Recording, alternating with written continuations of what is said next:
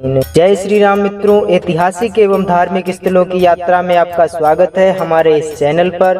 मित्रों, आज मैं आपको एक ऐसे चमत्कारी धाम की यात्रा पर लेकर चल रहा हूं जहां हनुमान जी के अनन्य भक्त या फिर उनके अवतार कहे जाने वाले महान संत लक्ष्मण दास जी महाराज जी ने अपने जीवन के लगभग 18 वर्ष बिताकर भक्तों के संकट दूर किए। संत लक्ष्मण दास जी महाराज जिन्हें नीम करोली बाबा के नाम से जाना जाता है, कहते हैं फर्रुखाबाद में इनके चमत्कारों की कहानी इसी रेलवे ट्रैक से शुरू हुई थी और फिर देश ही नहीं विदेशों में इनके चमत्कारों के लोग मुरीद हुए। जैसे एप्पल कंपनी के फाउंडर स्टीव जॉब्स, फेसबुक के संस्थापक मार्क जुकरबर्ग, जानी मानी हॉलीवुड अभिनेत्री जूलिया रॉबर्ट्स इनमें से कुछ प्रमुख लोग हैं। जूलिया रॉबर्ट्स ने तो सिर्फ बाबा जी की तस्वीर को देखते ही सनातन धर्म को अपना लिया था।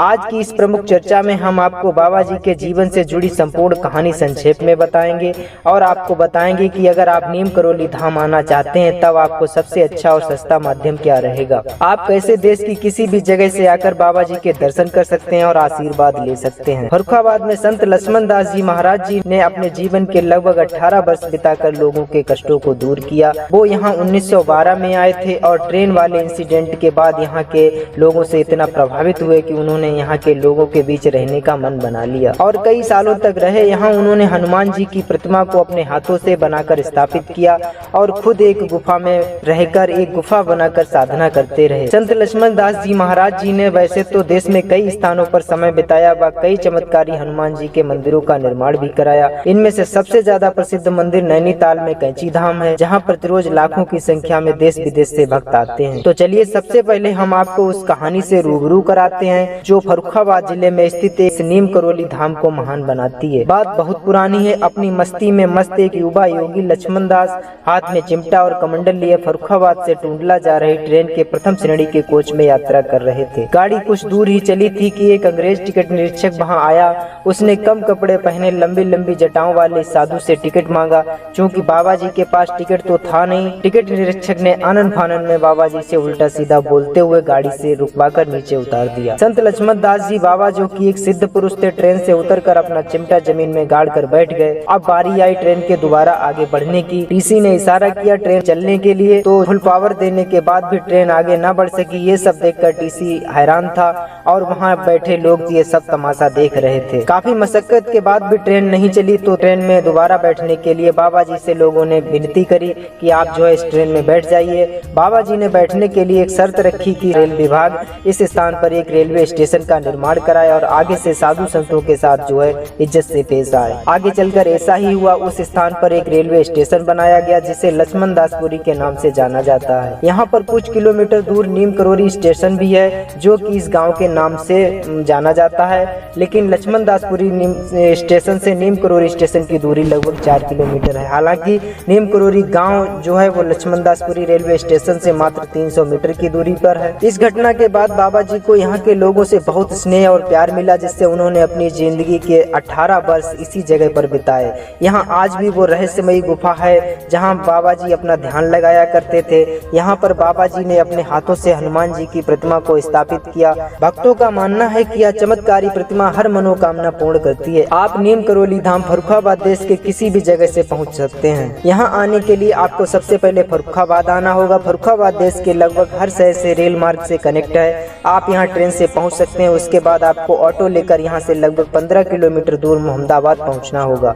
मोहम्मदाबाद कस्बे से आपको ऑटो या ई रिक्शा लेकर बाबा के आश्रम तक पहुँचना है। मोहम्मदाबाद से नीम करोली धाम लगभग 7 किलोमीटर दूर है। यहाँ तक पहुँचने के लिए आपको कोई दिक्कत नहीं होगी, साधन आसानी से उपलब्ध हो जाता है। वैसे आप यहाँ पहुँचने के लिए डायरेक्ट ट्रेन से पहुँच सकते हैं। लक्ष्मण दासपुरी रेलवे स्टेशन आश्रम से महज 300 मीटर दूर स्थित है और नीम करोली रेलवे स्टेशन आश्रम से लगभग 4 किलोमीटर की दूरी पर पड़ता है। आप इस माध्यम से भी धाम तक पहुँच सकते हैं, लेकिन आपको बता दें इन दोनों रेलवे स्टेशन पर कोई भी सुपरफास्ट एक्सप्रेस नहीं रुकती है। यहाँ सिर्फ लोकल पैसेंजर ट्रेन को ही रोका जाता है, तो आप अपने अकॉर्डिंग माध्यम का चयन कर सकते हैं। तो अब आप नीम करोली धाम पहुँच चुके हैं। यहाँ आप साल के किसी भी महीने में किसी भी दिन आकर बाबा के दर्शन कर सकते हैं तथा आश्रम पर घूम सकते हैं। दर्शन आपको आराम से हो जाएंगे, लेकिन मंगल और शनिवार को भक्तों की विशेष भीड़ के कारण दर्शन आपको थोड़ा समय में हो सकते हैं, थोड़ा समय आपको लग सकता है। अब हम आपको लेकर चलते हैं उस पवित्र मंदिर में जहाँ बाबा जी की समाधि स्थित है। यहाँ मंदिर के बाहर आपको प्रसाद की काफी दुकानें मिल जाती हैं, जहाँ से आप प्रसाद वगैरह ले सकते हैं, लेकिन अंदर प्रसाद अभी चढ़ाना मना है, तो आप बाहर से फूल लेकर अंदर प्रवेश कर सकते हैं और बाबा के चरणों में अर्पित कर सकते हैं। यहाँ जब आप मंदिर प्रांगण में प्रवेश करेंगे तो आपके बाईं ओर गणपति जी विराजमान हैं। आप इनके दर्शन करिए।